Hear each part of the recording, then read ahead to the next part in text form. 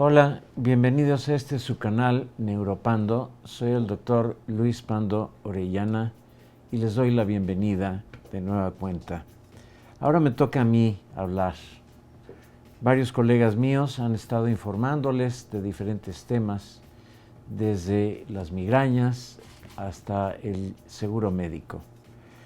Hoy, y en base a que el próximo marzo mi generación cumple 50 años de haber ingresado a la Facultad Nacional de Medicina de la UNAM, me hago varias preguntas y me dirijo a aquella parte juvenil de nuestro auditorio que quiere o pretende estudiar medicina. La primera pregunta es, ¿cuáles son las razones para estudiar medicina? Estudiar medicina no es fácil, es largo, es difícil, es complicado y socialmente en el entorno de los médicos yo diría que abrumador. Cuando mis hijas me preguntaron que qué estudiaban, se me ocurrió todo menos decirles medicina. Y sin embargo, la carrera más popular que se solicita en la UNAM o dentro de las más populares está la medicina. ¿Por qué es esto? Yo creo que hay razones de índole personal y de índole familiar. Personales, pues algún ideal, alguna tragedia familiar, algún fenómeno social que nos indica que la medicina puede ser el camino o la respuesta para contestar a las múltiples preguntas que todos estos eventos generan. En la familia puede haber médicos y se sigue una tradición. En la familia puede haber un sentimiento de heroísmo derivado, yo diría que de ver mucha televisión o de leer historias heroicas que no faltan, y yo diría más bien sobran, en la literatura, en la televisión y en el cine. Múltiples series de MD, y lo digo así porque son gringas, de emergencia médica, de paramédicos, de traslados heroicos, de cirugías imposibles y de un ambiente de hermandad maravilloso encaminado a salvar vidas. También está el aspecto de idealismo. Tal vez he vivido en un entorno en donde ayudar a los demás es un asunto de vital importancia, por los valores, por la ética, por el amor que se dé en una familia, o precisamente por la carencia de todo esto. Son razones para estudiar medicina. Pero hay otra más. También pensar que me voy a hacer rico o que me va a generar un ambiente, un entorno o una posición de poder. También es otra razón. Todas estas son razones falsas para estudiar medicina. Estudiar medicina no es otra cosa más que un oficio como muchos otros, en donde se trabaja con dignidad y con honestidad, buscando el beneficio antes que nada de mi familia, el bienestar de mi familia a través de mi trabajo honesto y dedicado, que en este caso es siempre a favor de los demás, en el mejor interés del paciente. Y esto supone sacrificio, esto supone dedicación, esto supone mucho estudio. Entonces, todas las fantasías que hay alrededor de estudiar medicina, debemos hacerlas a un lado. Quiero decirles a los jóvenes que nos puedan observar o estar observando, que hace algún tiempo escribí un libro que se llama La tradición médica, en donde pretende ilustrar sobre estos temas, sobre la medicina que nos tocó vivir y sobre eso de que estamos parados a hombros de gigantes. En la solapa trasera, y me voy a permitir leer, dice: el origen del lenguaje es la música y la memoria del dolor. No puedo palpar un hígado crecido si mis dedos no han amasado alguna figura para diferenciar su consistencia. El corazón me habla, pero no podré entender la cadencia de su ritmo si no he amado a la música y no he acostumbrado mi oído a ella. No puede moverme el llanto de un paciente si yo mismo no he llorado. El dolor desaparece con analgésico, pero antes se entiende con el diálogo. Sin embargo, no será completo si no he aprendido a imponer mis manos sobre la parte del hombre doliente, mi pulsar un bisturí con imaginación que ha de ser aplicada hasta en las reconstrucciones en tercera dimensión de una resonancia magnética y contemplar con gozo estético a manera de pinturas o bosquejos los de Vesalio, los de Andrea Vesalio, el que ilustró y escribió el Humane Corporis. Esta es nuestra tradición. Suena romántico y lo es. Este es el libro y los invito a adquirirlo aquí a la dirección y teléfonos que van a aparecer al pie de su pantalla. Me gustaría mucho saber sus comentarios y qué les inspiró. Una vez que entra uno a la escuela de medicina, se enfrenta a una carga académica brutal. Y es frecuente ver que en el primer semestre hay una cantidad de deserciones importantes. También ve uno, o cuando menos en mi tiempo, veíamos a muchas personas con discapacidades que entraban a la escuela de medicina. Y resultaba que a la vuelta de poco tiempo desertaban. Desertaban porque están viviendo una fantasía y se enfrentan a una realidad. La evolución de la enseñanza ha hecho que los maestros, antes todopoderosos y omnipotentes, tengan que ceder ante las presiones de los derechos humanos que han infiltrado a las universidades, y los alumnos han ganado terreno, espero para bien, pero las más de las veces se ha traducido en una falta de respeto al maestro y una falta de respeto a sus propios méritos. Reconozco que en la escuela de medicina éramos maltratados. Reconozco que más de un maestro nos trataba de imbéciles o retrasados. Reconozco que el trato no era amable y que no nos acogían. Pero también reconozco el enorme empeño que algunos de nuestros maestros con verdadera vocación se entregaban a tratar de orientarnos y formarnos más que instruirnos. A lo largo de la carrera se iba viendo cómo se repartían los llamados o vocaciones. Desde las más diversas especialidades, tanto clínicas como quirúrgicas. Todos se iban enfilando, todos se iban orientando. Pocos se dirigían hacia la salud pública y a la epidemiología, que hoy día son de suma importancia y multivariadas en sus intereses, desde la ciencia básica hasta la aplicación misma de vacunas en rincones remotos del planeta Tierra. La evolución de la enseñanza ha sustituido a veces el empleo de cadáveres o el empleo de pacientes vivos por modelos y por programas virtuales. Yo no sé si esto sea del todo bueno, pero actualmente así es.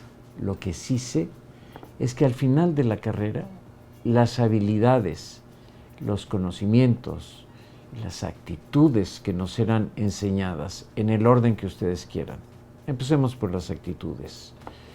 Los conocimientos y las capacidades manuales o de abordaje a un paciente eran muy interesantes y muy amplias, con una gran capacidad por parte del alumno una vez que llegaba al internado. Hoy día esto no es cierto. Si antes éramos maltratados, ahora son dueños del aula, dueños del hospital, dueños de lo que hacen y de lo que no hacen. Cuando antes éramos sometidos a una disciplina férrea. Lo malo de lo anterior es que había que conquistar la posición y soportar muchos insultos, muchos malos tratos, hasta que uno gradualmente se iba posicionando para desarrollar tal o cual disciplina. La tecnología versus la tutoría, si me dieran a escoger, yo escogía la tutoría, el estar al lado de mis maestros, con los que yo simpatizaba y ellos conmigo, lo suficiente como para enseñarme de verdad en el campo de batalla. Recibirse. ¿Y ahora qué? Hoy día he sabido, con tristeza, de gente que compra, y me consta, y por eso lo digo, su lugar en la universidad o en las universidades, y que compran su lugar en posiciones para desarrollar especialidades. No lo digo temerariamente, tampoco lo estoy diciendo con el ánimo de soplar el silbato y alertar a las autoridades que de todas maneras lo saben y no se corrige. Eso es parte de la corrupción que nos aqueja. Recibirse, ¿y ahora qué? La gran pregunta. Enfrentarse a las realidades de la medicina institucional, porque por ahí se empieza, y hoy día a la medicina institucional privada. La medicina institucional nos imponía tareas y jornadas larguísimas y agotadoras, en extremo. Eso nos formó, pero también nos quitó parte de nuestra vida. Parte de que el médico no es nada más un sofista, es una persona que le interesa la cultura general, que le interesa conocer al individuo, pero que más aún le interesa conocer los problemas sociales. Esto nos lleva a los cambios a la fecha. ¿Qué cambios ha habido? Bueno, se admite más gente, se acortan las jornadas, hay más tiempo para estudiar, pero al mismo tiempo hay menos tiempo para exponerse al paciente y más tiempo para exponerse a la tecnología. Esto es de lamentar. Y las capacidades quirúrgicas que debieran de ser de salida se adquieren hasta el tercer año de la residencia misma. Esto no es alentador. Y nos lleva a lo que está pasando en el entorno de la inversión pública a los pasantes, a las residencias y a las instituciones mismas. Cuando estábamos bajo el sistema neoliberal, el dinero pues no existía. Existía para unos cuantos. ¿Quiénes? Los ricos. Ahora que estamos con la 4T, como diría un político, no sabemos si es la cuarta transformación o el cuarto trancazo. Y cito a don Porfirio Muñoz Ledo en la Cámara de Diputados. Los neoliberales nunca dieron el presupuesto correcto para salud, mucho menos para investigación. No se llegaba ni al 1% del Producto Interno Bruto para efectos de investigación. Ahora, en la 4T, en la cuarta transformación, tampoco hay dinero. Entonces quiere decir que los médicos han sido proletarizados, hemos sido proletarizados. Y no hay presupuesto suficiente ni con los neoliberales ni en la cuarta transformación. ¿Por qué? Por las mismas razones. No hay recursos porque los recursos se desvían. Los neoliberales hacia grupos de poder y la 4T hacia grupos que ahora tienen el poder y lo desvían, supuestamente, todavía no lo sabemos, hacia programas sociales que no terminan de cuajar. Mientras tanto, la medicina y los pacientes padecen. La investigación se colapsa y la calidad médica también se colapsa. Entonces, la clase profesional, que es más bien una clase media, tiene tres posturas. Si las instituciones controlan el trabajo, si CONACYT controla las plazas y si las academias tienen el control político, el médico de a pie no le queda más que irse por su cuenta o entrarle al sistema con un arribismo callado, obediente, a una protección condicionada, o bien se incorpora o pertenece de nacimiento a un club privado en cualquiera de estas instancias, las instituciones, CONACYT o las academias. Entonces, los clubes privados se traducen en clubes políticos, en clubes de poder económico, en clubes de cuadros confesionales, en clubes de amigos o protegidos y ahora hasta del crimen organizado, que se traduce en poder económico. Y a propósito de clubes, hay un último club que es no el de los que trabajan por honorarios, que son muchísimos, sin derecho alguno a ninguna seguridad social, a ninguna prestación. Existe otro club, el de los que trabajamos gratis para las instituciones, tanto en lo asistencial como en investigación, aportando nuestros propios recursos. Y eso, señor presidente, usted ni enterado.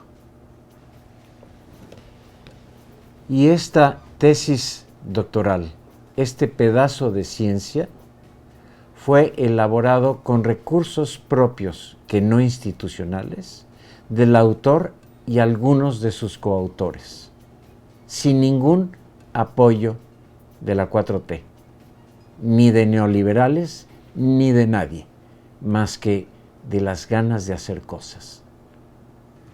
El médico, el estudiante de medicina, el investigador, el que se aboca a la ciencia básica, que requiere de muchos recursos, el que se aboca a la atención clínica, que requiere de muchos insumos, el que se aboca a la cirugía, que requiere de instrumentos de alta tecnología, se encuentra desamparado, o por su cuenta, como dije.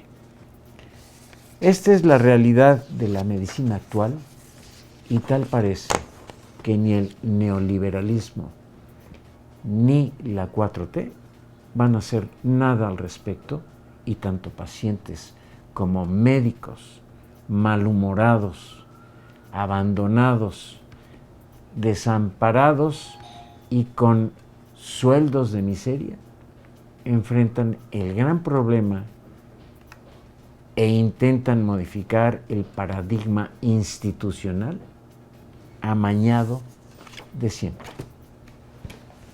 Gracias y espero sus comentarios. Que estén bien.